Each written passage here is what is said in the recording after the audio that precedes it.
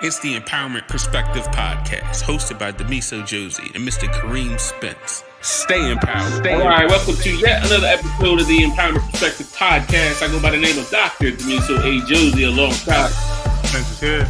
And Jamie.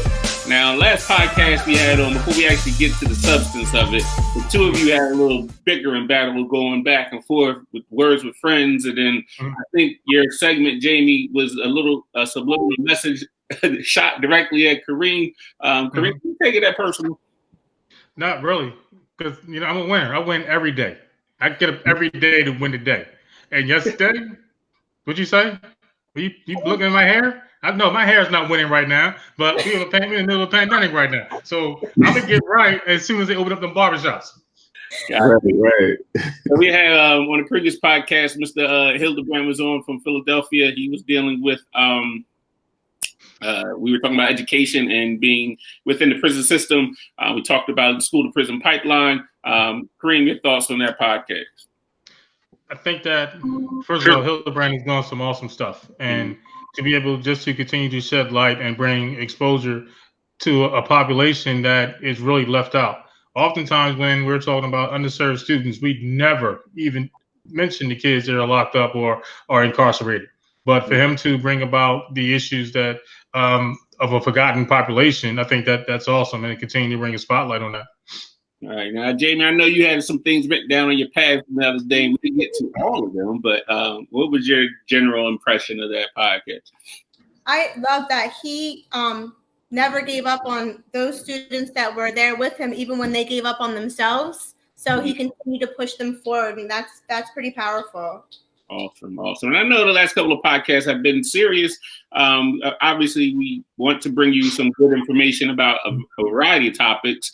That one happened to be about education. We did cancer. We did recovery.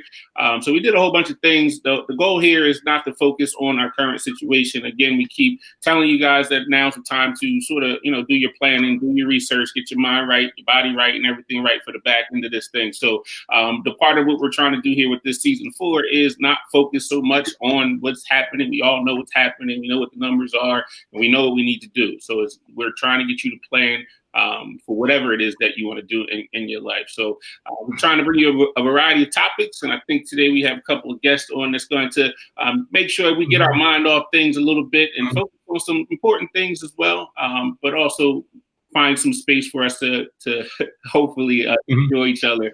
So Kareem, you reached out to a couple of people. So who we got today on our podcast? Oh, we have the infamous and soon to be Dr. Darshell Scott, good friend of mine. Appreciate everything that she's done, even when we did the Tie Tuesday together. So if you want to know where it came from, it actually originated from her. So I just took it, remixed it, reframed it, cooked it up. I went in the Pyrex bowl, and we came up and did it our way. So then I stole it again, and I remixed it again. And we got the How they said they got baking soda? That's what we did. We had some baking soda, mixed up a little bit of water in Pyrex, and we came out with our own version of Tie Tuesday. Wait a minute, that sounds a little too familiar. Again, the views of Kareem Spence does not align with the Empowerment Perspective group if you were going there. So I just had to make that clear. The quarantine is going to his brain a little bit, just in case he's learning lines a little bit. Listen, and we have another good friend of mine, Mr. Terrence, and I'm hoping that sooner or later we can do some collaboration with him. He has an awesome experience and awesome story. So Terrence, we want to kick it off with you. Just introduce yourself and tell us a little about what you do. Okay, my name is Terrence Witcher. I'm an artist / label owner. Also a graduate of Rutgers University's master's program, history. Global and comparative history. So, but with music, with my label, I've been working with music since I was 13. I started this label in 2009 as basically a imprint for my recordings and my friends' recordings. And but then I started to see that how the industry was going and everything. I decided to open this label up to more artists, but with a perspective of artist ownership, meaning that they own their copyrights, which is not traditional in the music industry, for a long time. And even still today, labels are purchasing the copyrights of artists, which kind of leaves artists in a bad spot because they're only getting a small percentage of their earnings. They can't do anything with their music. So it's like if they know somebody that is producing a movie, they personally can't say, hey, use my song. They have to go through all the lawyers. They got to go through different companies, different people who actually hold their rights, and labels can actually sell their rights to other people who could be random, just investors and everything. So now you got 10 to 50 people who have ownership in your music. So a lot of people are seeing that. A lot of artists are seeing that. So they're like buying back their copyrights and everything like that. But for my label, I'm seeking like independent artists who actually want to hold on to their copyrights. And that's what I'm building my label up on. It's independent artists, especially from the New Jersey area, local, coming up, and who want to learn about the business in an ownership way, trying to own their own creative works, as they should. So that's basically what I'm building right now. Yeah, and Darcel, I know that you've had your experiences of being on stage and of course traveling. What has been your experience like in music and being able to make the transition from where you were and to where you are now?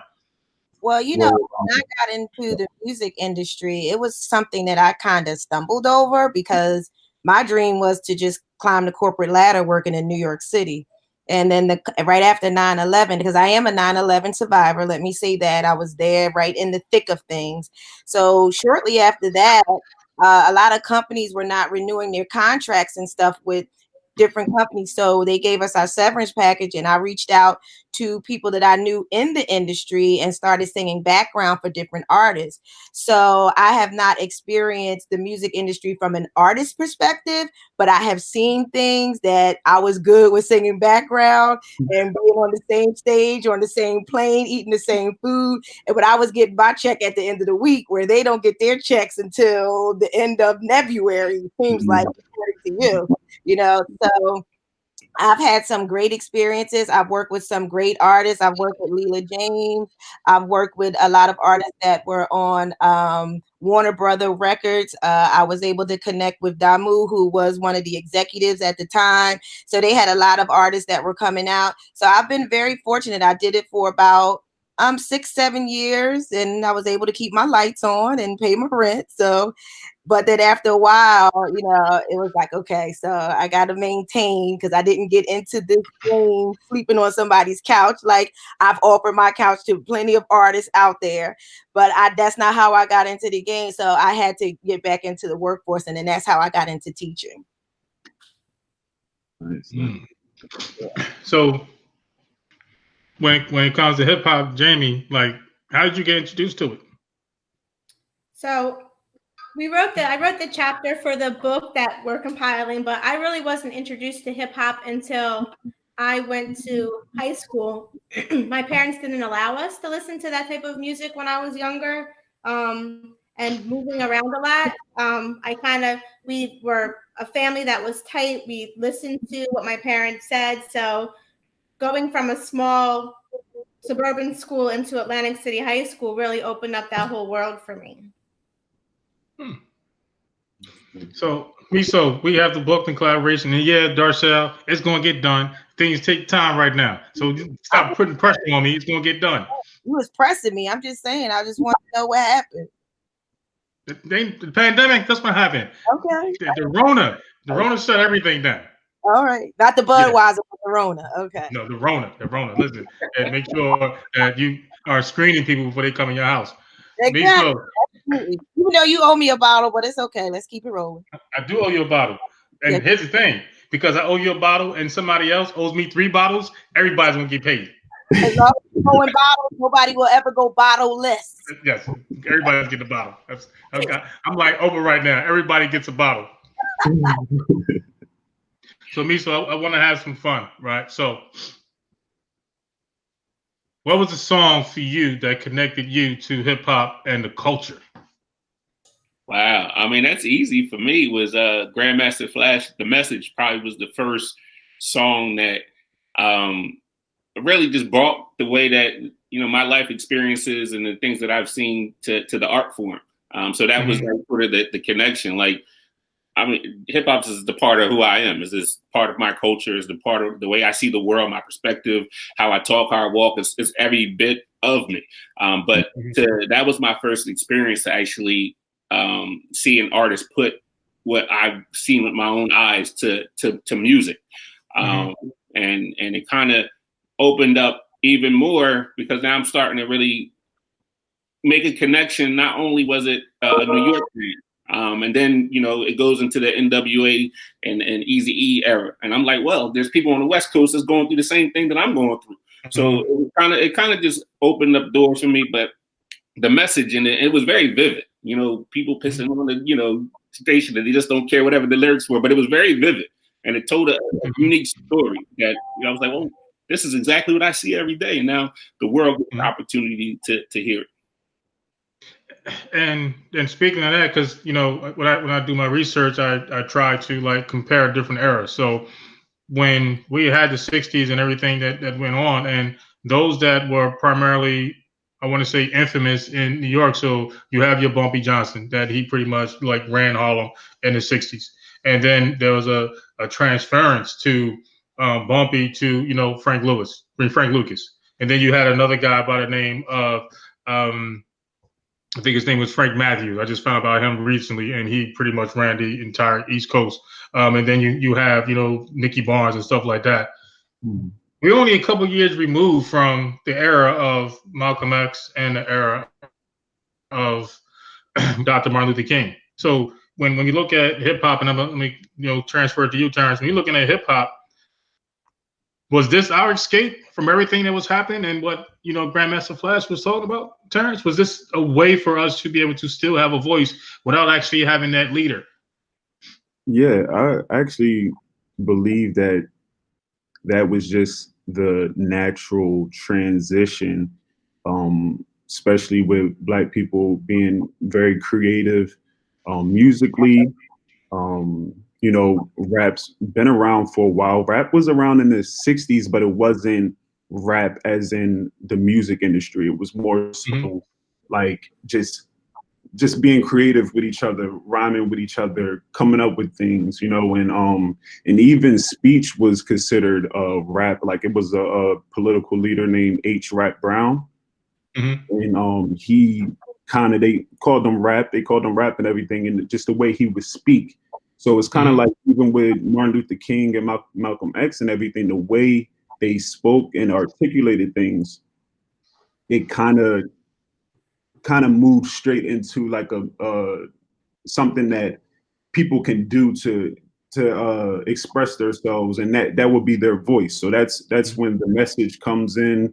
Songs like The Message and a lot of songs back then, it gives people a voice, and it is like a leaderless voice. Like everybody can participate in it. You don't have to be the leader of hip hop. Anybody can join it in any way. So yeah, I agree with you. Yeah. So Darshell, do you think that's the reason why they couldn't stop hip hop, is because they couldn't control it? So when Jamie said, that she wasn't allowed to listen, I mean, that just really makes me think that because there wasn't one person that was actually in control of the culture, that you couldn't stop it because it will pop up somewhere else. Well, you have to look at it too from a perspective of young people having a means of expressing themselves. So, you're in the schoolyard and you roast, the kids call it roasted now. But we call it cracking on each other or whatever it is. That was a form of rap. I mean, if you think about it, because when you think about what the early rap music was about, it was really about, how well you could spit, really about, how well you dressed and how whack you look, because I looked a little bit better. My sneakers were better than yours, type of thing. So you have to think about it in a perspective of they were really formulating something and didn't know that it had a name. Okay. You know, because that was a form of rap then. I think if I could jump in here too, the fact that, because we talk about this in our presentation, that really hip hop did start with, these were kids that created this art form out of a necessity, right? So, and you look at kids at any age, they're rebellious, right? So they usually go against, you know, the norm, and they want to have a voice. And you have these adults saying, oh, you can't do that, you can't do that. And then I think part of the reason why it gained so much momentum, it came from a place of struggle. It came from a place of hurt. It also came from a place of celebration. It came from all these different emotions, but these were kids that were carrying it on, right? So adults today have a hard time trying to control kids, right? So back then you have, you know, kids that are identifying this. And then now some adults at that time too was like, well, they were only telling the truth, so I'm going to kind of support it. Then I think it kind of got to the point where I was going to say the powers that be realized that they couldn't stop it. So then it becomes a money game. How can I monetize it and control it the way that I want it so that I can make money at the end of the day? But when you're talking about youth, and that's one of the things I get frustrated in educational circles a lot, is that we don't give the youth the voice that they need. But we think as adults, we think we know what's best for them. So we come up with these programs and these ideas and stuff. And I mean, Kareem, we've done it. We set kids down and say, what can we do for you? Like, you know, this is your education. This is your you know, school. We are as adults need to be able to mold it so that you get the best out of it. I think more educators and adults need to give kids voice, because as you can see with the hip hop culture, we're not at a point now that it's crossed so many countries and so many cultures. It's not, you know, you can't just say it's a black or brown thing now. Like it's all over the world. Yeah.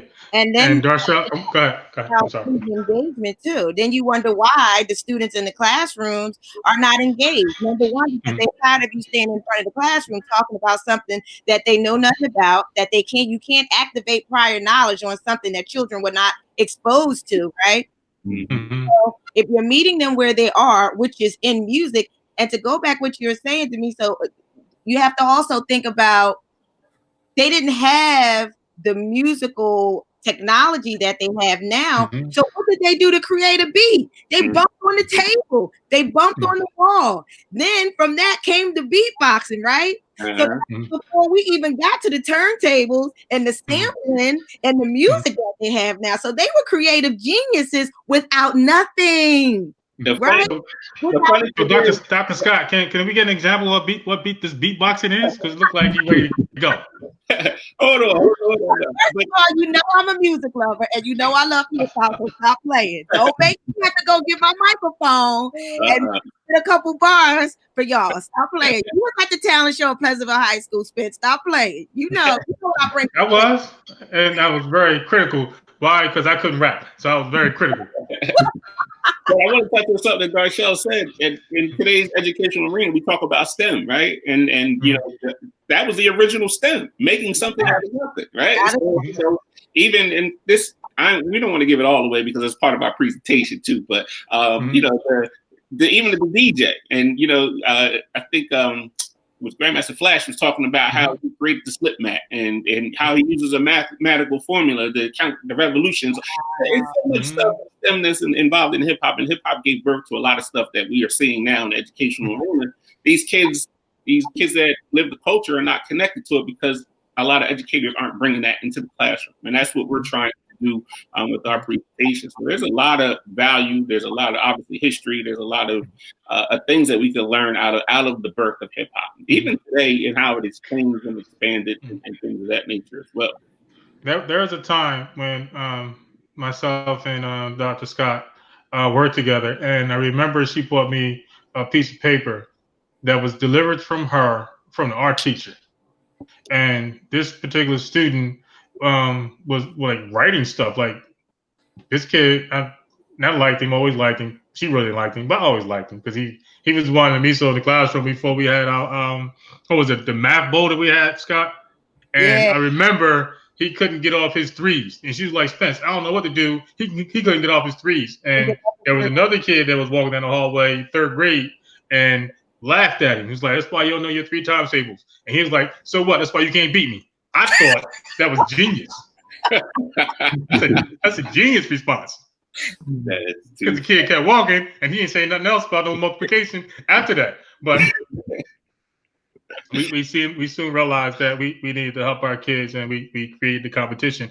But going back to this particular kid, he was in art class, and he started writing down some stuff, and for whatever reason, that note got brought to Darshell, and she looked at it, and like always, they called me. Have no idea why they called me. And Always. Trying to decipher whether or not if this was an actual song or if this was an actual threat. So Jamie, how do you determine whether or not if a student is writing a song or if it's an actual threat? I mean, is it directed towards somebody, or are they just? Oh, you better believe, because he had his 9mm and he was going to do some things.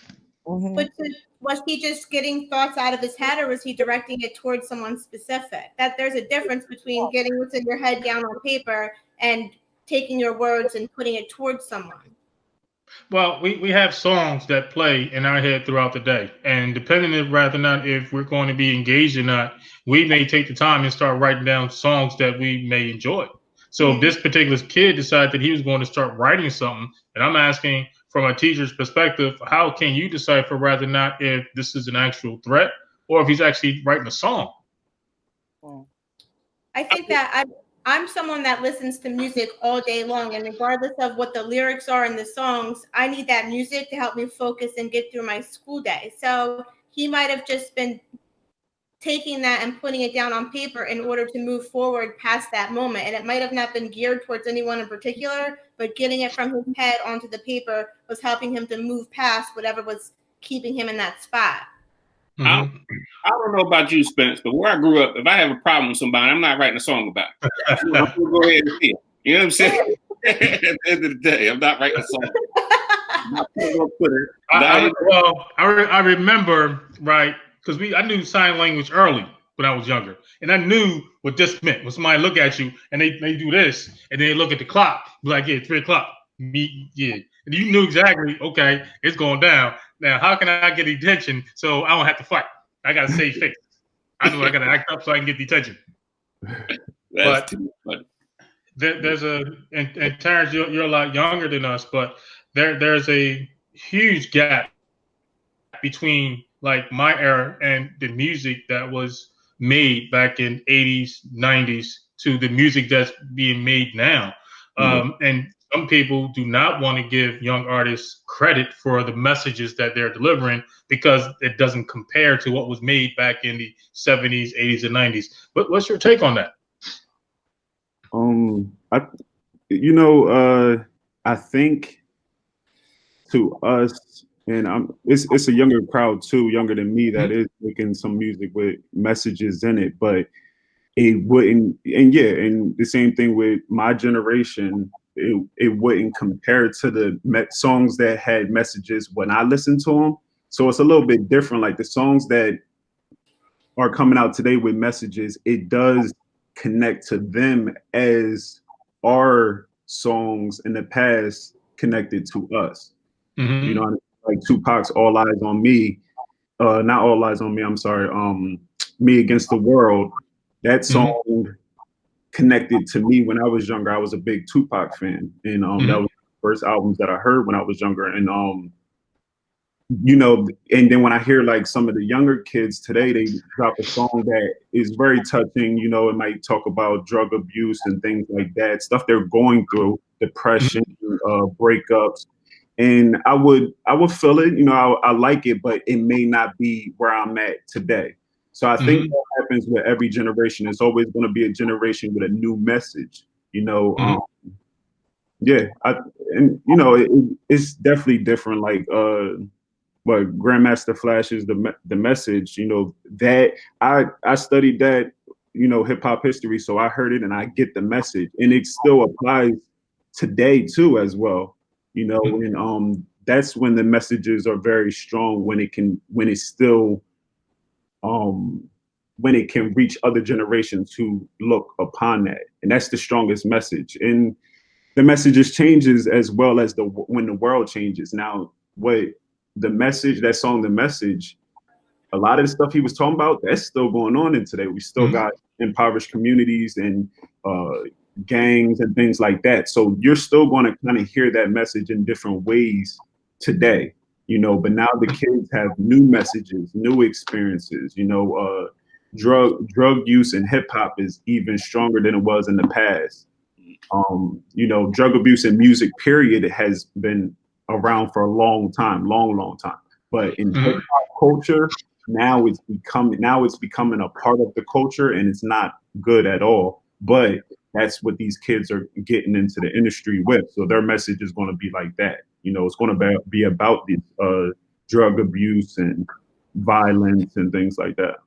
So let me ask you this question as a businessman, like how do you make that balance of putting out content that you truly feel versus content which your audience truly feels, right? Because there's a lot of artists out there that I've heard say, you know, I don't know how to put myself out there so that the people will accept it. So I'm going to be this type of person because now I got to, you know, obviously try to make money, try to sell things. So I'm going to put this song out because I think that's what people want. So as a business man, like how do you make that determination of, or has there been a situation where you're really putting out music that you personally may not feel, but because your audience is feeling it, you feel like you have to put that out? Yeah, it's tough, especially when you're an artist and you're running a business. It's kind of like you want to give what your fans want to hear, for sure. But then you have to be authentic in a way that it feels comfortable to you to explain it. So like with me, for instance, I rap in a way where it talks about the streets, but also it can give you some knowledge about other things. Like I might throw some information about stocks. I might throw some information about buying a house or land or different things like that. Or it might give you that different thought, like, hey, you might not want to do this crime. It might be in your mind, but you might not want to do this. You can channel it in another way, or you can say, hey, I don't even have to express it in that way. So you just got to be a little bit more creative, because when I was younger, I was kind of just like that kid that wrote the song that Kareem was talking about, that wrote those lyrics, and it might have seemed like a threat, and maybe it was, but the way he channeled it, instead of saying it out loud and instead of acting it out, he channeled it by writing it, like Jamie was saying. And I think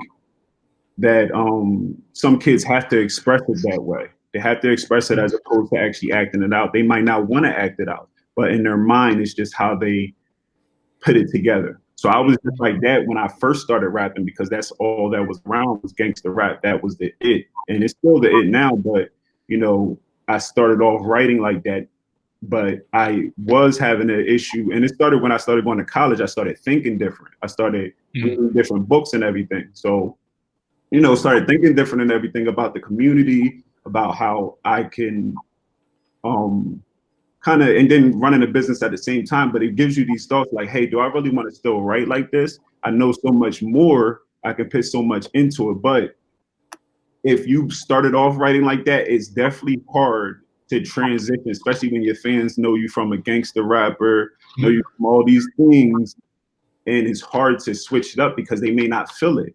But if you keep on going and trying to insert different things, it is a process, which is a process I'm still in. But once you get on with that process, you're going to add new fans, and also your old fans are going to start to think different. They're going to be like, okay, I get it. Like, you know, you can't always be that tough guy all the time. You know what I mean? So you make different songs. Like, Kareem, we talked about this in our presentation, and we look at the careers of Jay-Z and Tupac, right? So when they came in, they were talking the street stuff. So what they were doing, and they was brilliant men. Let me get the audience, and once I have your attention, I'm going to move you over here now. So now you look at Jay-Z's music. Now I can talk to you about real stuff, you know, fidelity, being a father, and all these other stuff that you wasn't to me before. Tupac had a whole plan. You know what I'm saying? Unfortunately, he died before he was able to fulfill it. But let me have your attention, and once I have your attention, now I can mobilize the community to start doing stuff. Also did the same thing. I mean, there's countless of people and artists that I think they get it. Like, you know what I'm saying? You can't come in and just start preaching to people. You know what I'm saying? Especially those type of people. They're not going to feel it. And sometimes you got to go in that way. Here's my concern. So we understand that the rap music from our era was talking about things that were going on in real life at that time. So now that we're in a new era, we understand that these young folks are faced with crime, drugs, sexuality, things of that nature are at an all-time high when it comes to them now, right? Mhm. So we want them to be able to express themselves through this art of rap music.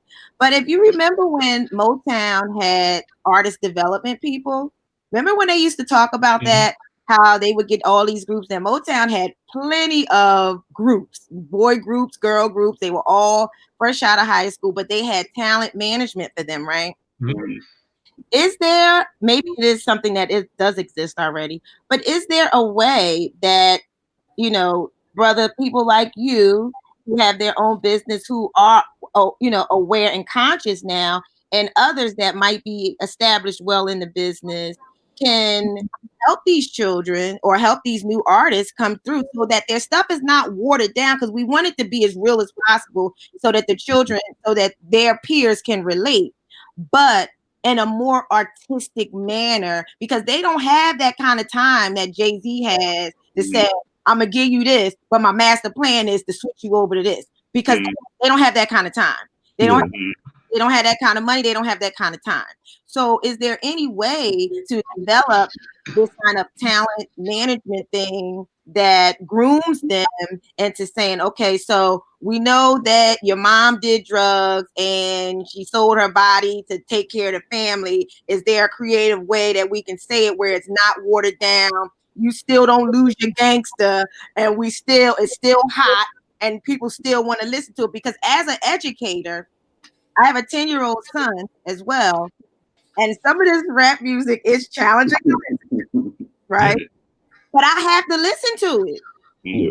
I have to be in touch and keep my finger on the pulse of what's going on in this community now. You know, that's not my son's story, but it is somebody's story. Yeah. So how do we develop something like that keeps their story intact, but not water it down, but still it's presentable in a way, if that makes sense?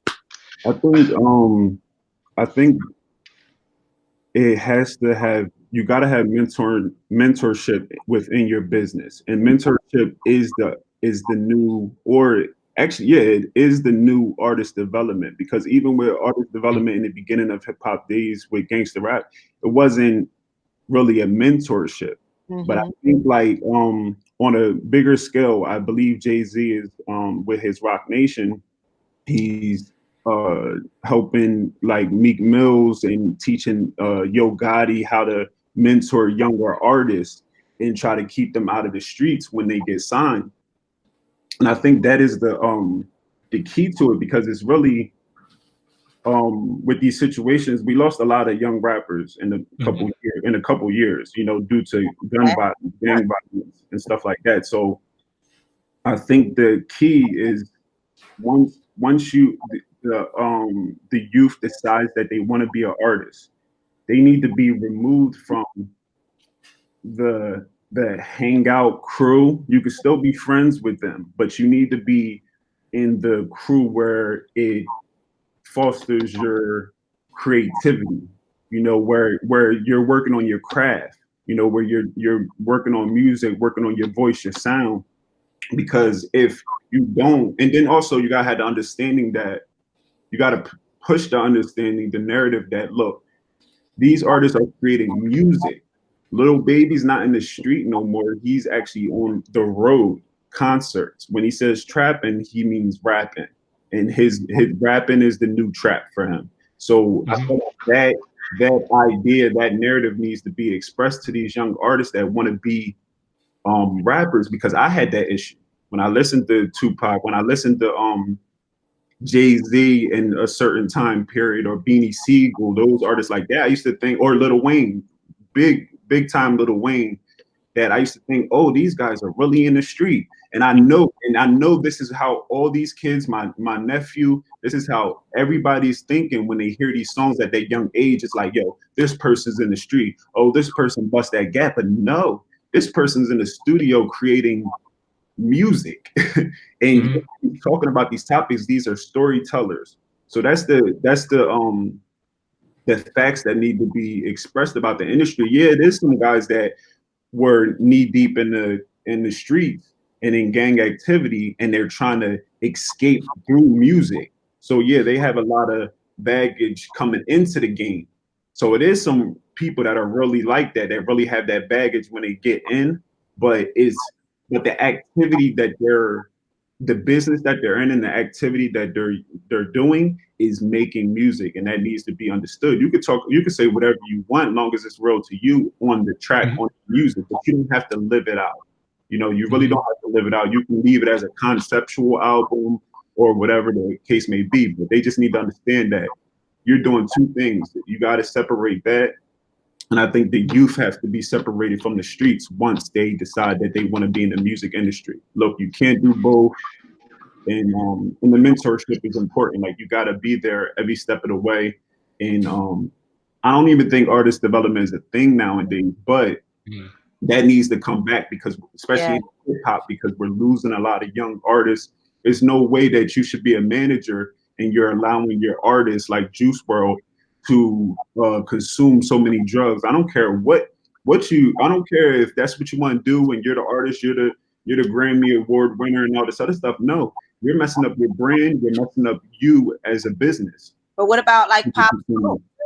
And Pop Smoke, I mean, it's still a lot. I don't really know too much. He was in a gang, but I don't really know too much about that murder because the details isn't out. But apparently his address was leaked. There's always going to be people on the outside. Yeah, it's always going to be people on the outside of the industry that is going to be plotting on you. And that's the same thing with Tupac, even though, you know, they did get into a fight like right before, you know, he got shot in the Las Vegas casino and everything. They beat up somebody, but we don't know if that's stemmed from there.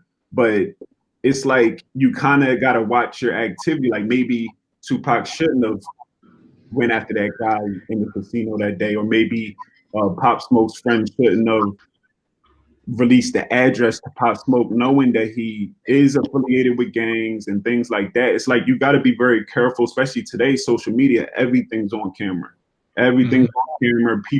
It is people that are in the street that will plot on artists, you know, because they know that even the people in the street, they know that artists are not actively within street activity. They are more active in music activity than street activity. So those who are active in street activity are going to plot or can think about plotting on artists who are talking about the street life, but mainly in music activity. So it's very tough. It's very tough for artists today. So let me ask this question. This is for anyone to answer. We all know the backstory behind Barry White. You know, Barry White put that work in. But he wasn't as connected to, I want to say, the streets. So why is it that R&B is so much different than hip hop? It's more love in R&B. It's more love in R&B. Barry White supposedly took somebody's life. Oh man, you know, that's tough. But I really don't know Barry White's story, but I feel like people can definitely people can snap for different reasons, you know. And I don't know if, you know, I definitely gotta look up Barry White, but it's. I'm sorry, Terrence. This is before he started making like #1 hits. Oh, he killed somebody before he made. Yeah, man. Yeah.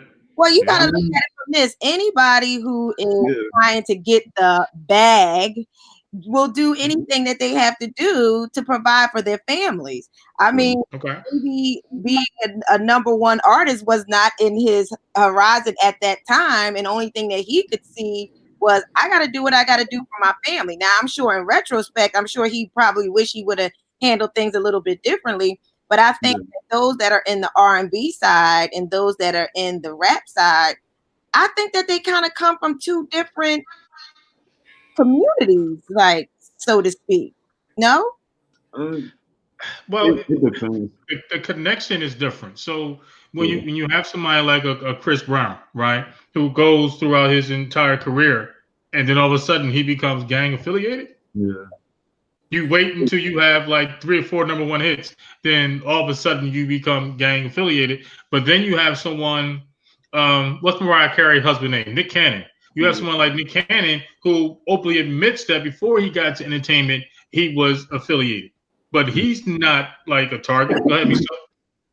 I think the difference is, and I think Terrence touched on it a little bit too, is about who you surround yourself with, right?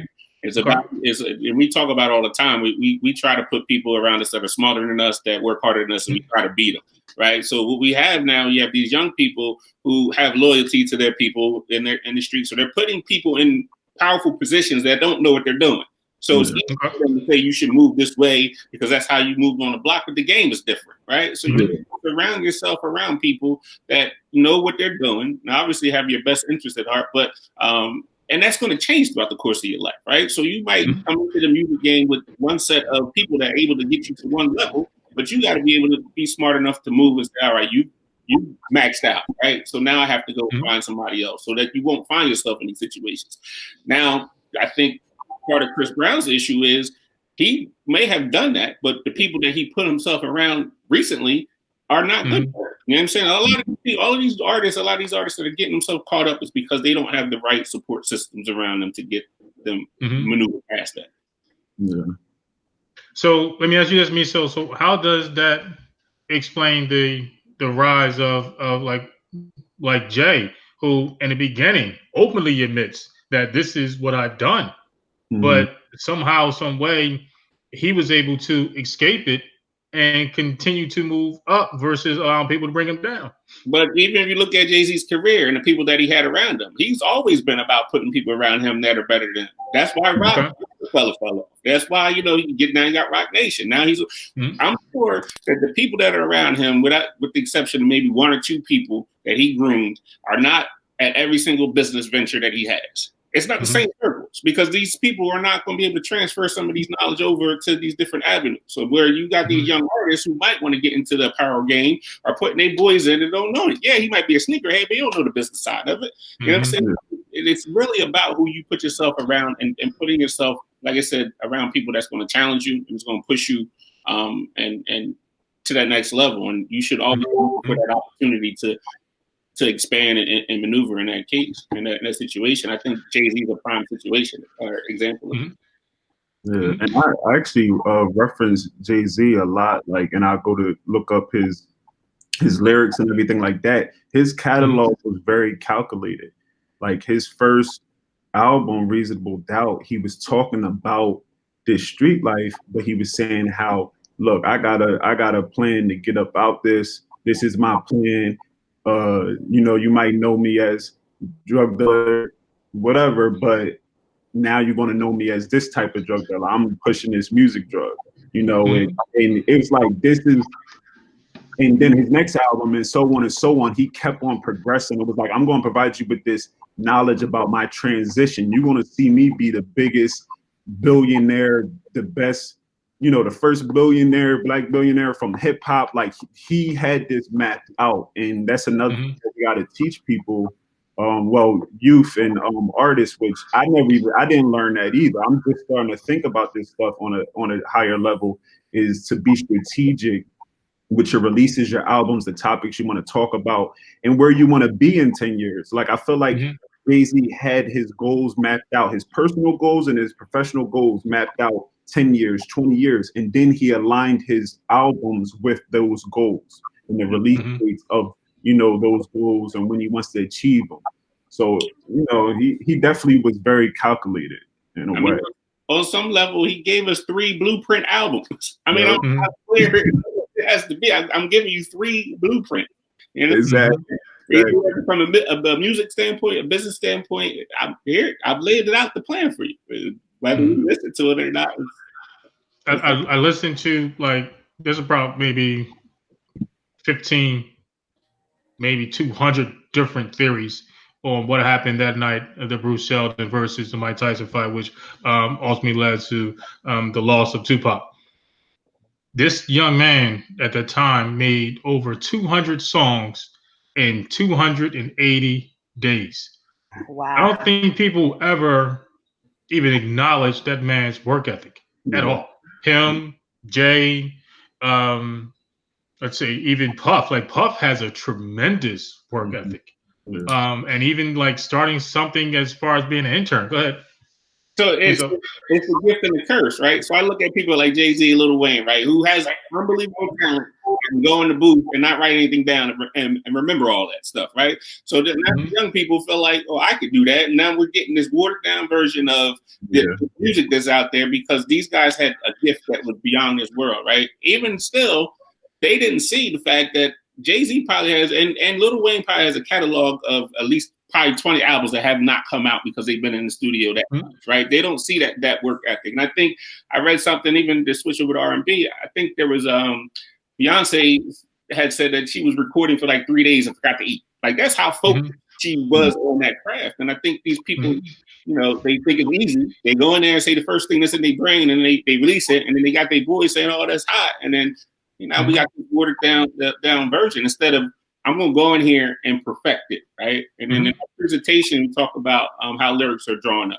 In that one clip, we have Eminem, and he talks about how the words are like puzzle pieces and putting stuff together. Like there's an artistry behind it, but a lot of these kids, I don't think they don't understand how the depth of what it is to make music on that level, you know, let alone the work ethic.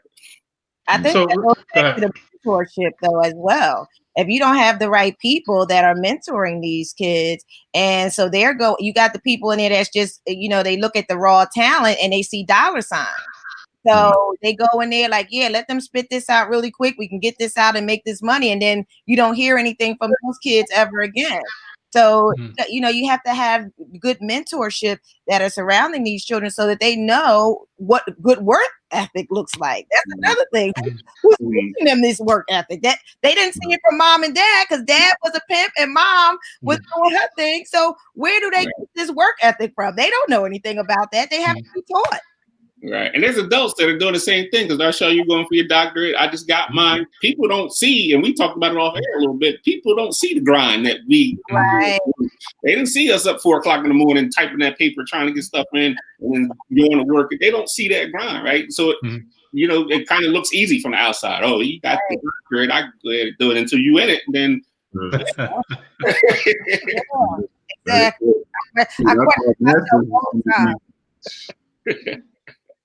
So let's switch gears, Miso, just a little bit, and I want to talk about the issue of ghostwriting. Again, I want to go back to the very beginning. Even Sugar Hill, and that man, I don't even understand how he didn't have in his mind that he's saying somebody else's rhyme. Like you naming somebody else in your song, and you don't even recognize it. So I want to talk about ghostwriting. I think though I think it's one of the changes of the culture right now. Because back in the day, like you couldn't bite somebody's stuff, let alone have somebody else write it for you. They gonna call you out on it, right? And it just blows my mind that these artists, I don't even know if I can call them artists on some level. I know they go in and they put the work in it, but I just can't see myself, because I used to write too, and I can't see myself reciting someone else's lyrics. Like to me, that just doesn't. To me, that's like writing a dissertation and having somebody else write it for me. But I get the accolades for it, right? I presented the data, but I didn't write the paper. That doesn't make sense. Yeah. No, yeah, it's ghostwriting is still a big thing. Like we still in the hip hop culture, we still like, nah, you know, you gotta write that. You know, you ghost wrote it. Oh, it's not real. It's not, you know. But in the music industry, songwriting you always had a room of songwriters. So I think that got into hip hop because in the past it wasn't. Yeah, you can't ghostwrite. Nobody was ghostwriting. Everybody wrote their own rhymes, but I think once the industry started seeing how much money they can get off hip hop and how much a hit can make in certain deals, they're like thinking, okay, let's get some hit makers in the room. Let's get some people who historically had hits. Let's get them in the room. Let's even get some young songwriters and things like that. So little by little, songwriters have been inserted into hip hop. And like with Drake and everything, I can't fault him for taking a hit from a songwriter who the songwriter doesn't want to be the artist. You know, they might want to write a course for them and Drake takes it and runs with it. Like, or any artist and everything, which I don't see nothing wrong with it when I think of it from a music perspective. but just acknowledge the songwriter, make sure that songwriter's on the credit so we know, okay, they had a part in this song. And most of the time it's just some type of melody. Like now you can get written down on a hit song as a songwriter if you just had the melody, if you just had some type of like vibe to the beat. It doesn't even have to be a lyric. You know, it can be just like if you hum a certain type of way of rapping the lyric and the artist like, hey, I like that flow. I'm going to write lyrics to that vibe that you just created on this beat. And they get listed as a songwriter and they get their percentages and everything like that. But a whole verse, I can't see myself rapping someone's whole verse unless it's something I know I couldn't write. If I have a writer's block, I haven't yet. I always wrote my own music, but I've wrote for other people. And it's like, they might not have been able to write the lyrics to this particular song or this particular beat, but they love the beat. Like I could see myself being creative on this beat. I just don't have the words to it. So it's like, can you write me some words to this? And, you know, that's when you write like a little, sort of like a blueprint for the song. And then let the artist play with the lyrics. Like, hey, I can't see myself saying this. So I'm just going to change that to this, but it still rhymes with the overall rhyme scheme. So that's when it becomes a collaborative thing.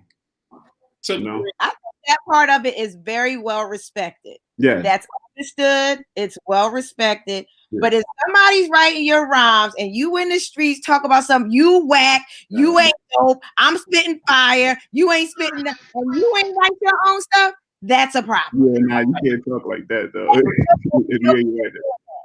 Kareem, do you think it's really the conversation is really about business versus the art form itself, right? So I think that as an artist myself, like I would have a problem with someone creating something for me just because I'm an artist, right? But I can also see it from a business standpoint of, well, I need to be able to put this out, or you know what I mean? I need to reach a certain population so that I can move, whatever. But I think I don't, because if you change the product, whether you're a painter now, right? I'm painting this picture. To me, it's silly for you to come in and you painted the picture and I sign it. It doesn't make sense to me. It doesn't make sense in any other art form other than hip hop. Well, what separated hip hop from other genres is that it was genuine. That's what the art was supposed to have been. It was genuine, and you can't compare it to any other genre because there's no instruments that was started out. We had no instruments. Like Darshell said, you can make some noise, and you just went ahead. Like what nobody was like actually singing in the park, other than like the New Jack City song when they had like a little fireplace.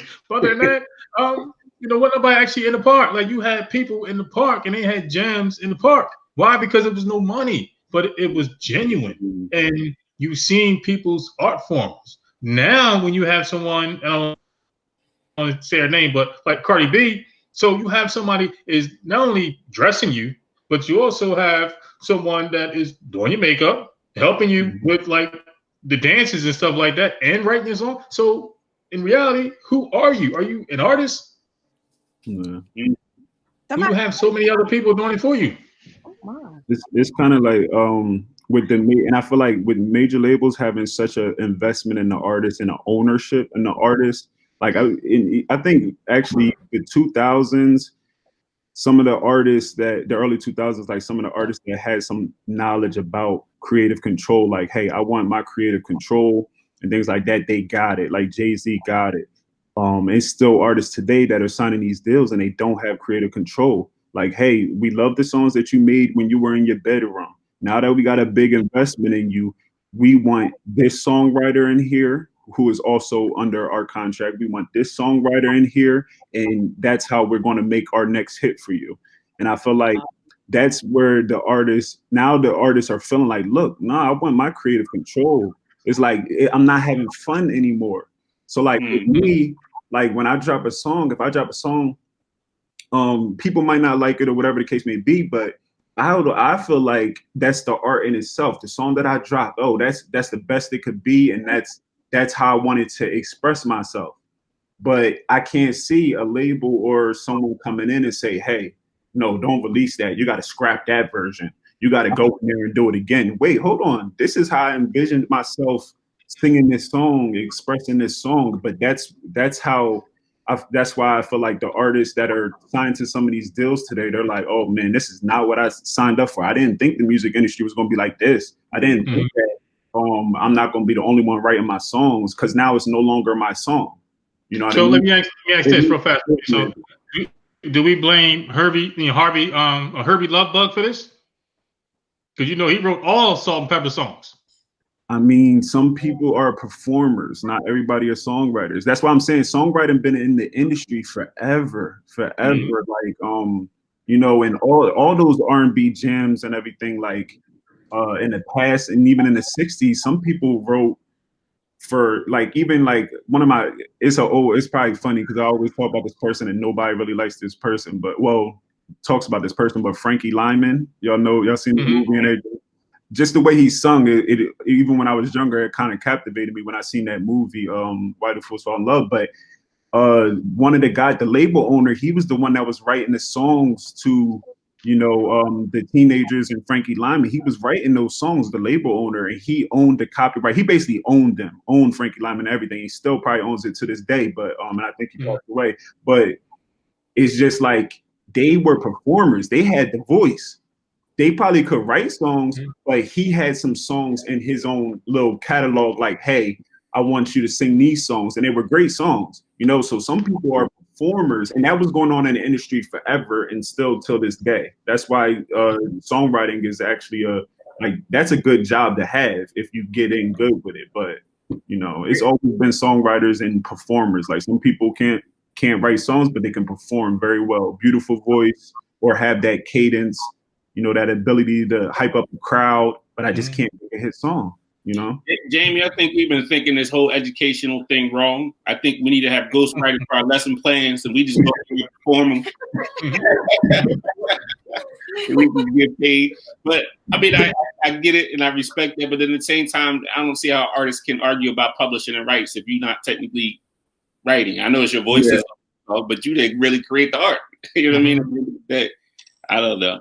It's just so we're gonna wrap this up to me. So we gotta go into hip hop love songs. I don't think it's enough, love songs. So Darshad, I want you to start. Give me your list of hip hop love songs. What you got? Now, last time I asked this question, Miso's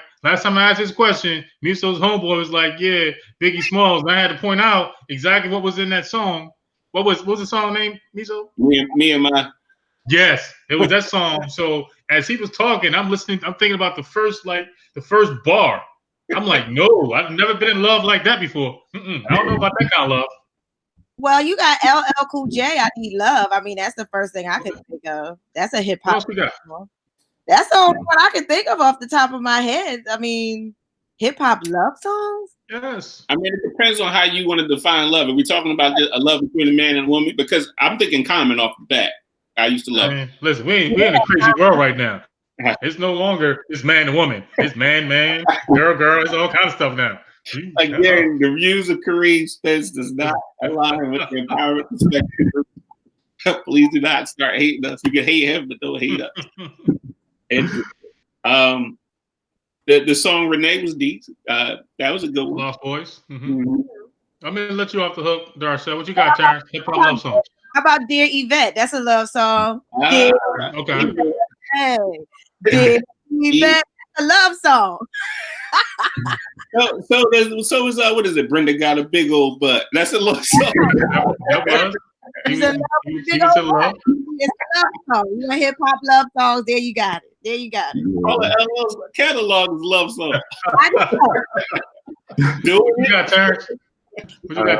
I was gonna bring up like some songs today, but I mean, you're right. It's not too many people just rapping solely about love, but it's one song that I like, which is, they say R&B is not, R&B has to make a comeback now, and a lot of people are doing R&B. I don't think it left. It's just people aren't really choosing to listen to those R&B singers and people who want to do R&B. But one of the love songs I would say, which is, I guess it would be considered R&B, but it's in the hip hop genre too. It's called "Worth It" by YK Osiris. It's a young artist. It's real good. It was on the Billboard charts for a little bit too, but that's a nice love song that everybody was feeling today. And it's like, we can do songs like this. We can have more songs like this, you know, but I don't know how many people want to write love songs like that. Well, if they selling. I got a few, but you know, I haven't put them out yet. I'm going with the. You gotta let us know, Jamie. What you got? Hip hop love songs. Hip hop love songs. I don't really Got like. your playlist. I don't really like love songs. What? But Yeah. You got no love in your heart. You don't have no love for Dr. Dre and Snoop Dogg. You don't love Snoop Dogg and Dr. Dre. He's got no love for Snoop Dogg. I'm not. I don't like. But I can think of when Method Man and Mary J. Blige did this song. You're all like. Yeah. Okay. No. Son. That's a good one. That's it. There you go. Good one. That's a good one. That's a good one. Good pick. So you got one song? That's all you got? Is one? You need I don't more like love. love songs. I don't do love. You need more love. That's a whole nother podcast. I don't I don't do love. You hear that, America? Jamie needs some love. So No, I don't. Thank you. we do have to go to your segment before we get out of here, though. So all things little, we got to go to your segment again. James 2 feet tall, so we want to find out what are some small things in her life that she does not like.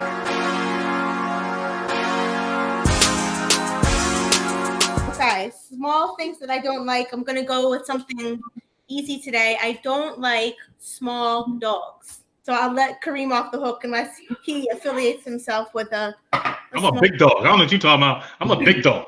I'm not a little dog. I'm a big dog. What's the matter with small dogs? They're aggressive. They're never happy. They're always barking at someone. I have a very small dog, and then I have a very big dog. My small dog's, it's not a nice word. He's just not a nice guy. Even dogs have Napoleon complex. See, that's what it is.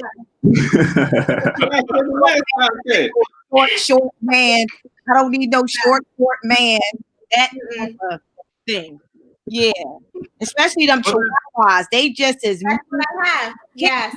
I want to kick one of them bad boys one day. That's on my bucket list. I'm going to kick the crap out of a chihuahua like a kickball back in the day in the schoolyard. That's the views of Dr. Scott. Song about it. And then I'm going to write a gangster rap song about it. I'm gonna get you to produce it, Terrence, and we're gonna get in the bag and we're gonna make some money, and that's gonna be that. The views of Dr. Darshell Scott, like the truly image of the empowerment perspective.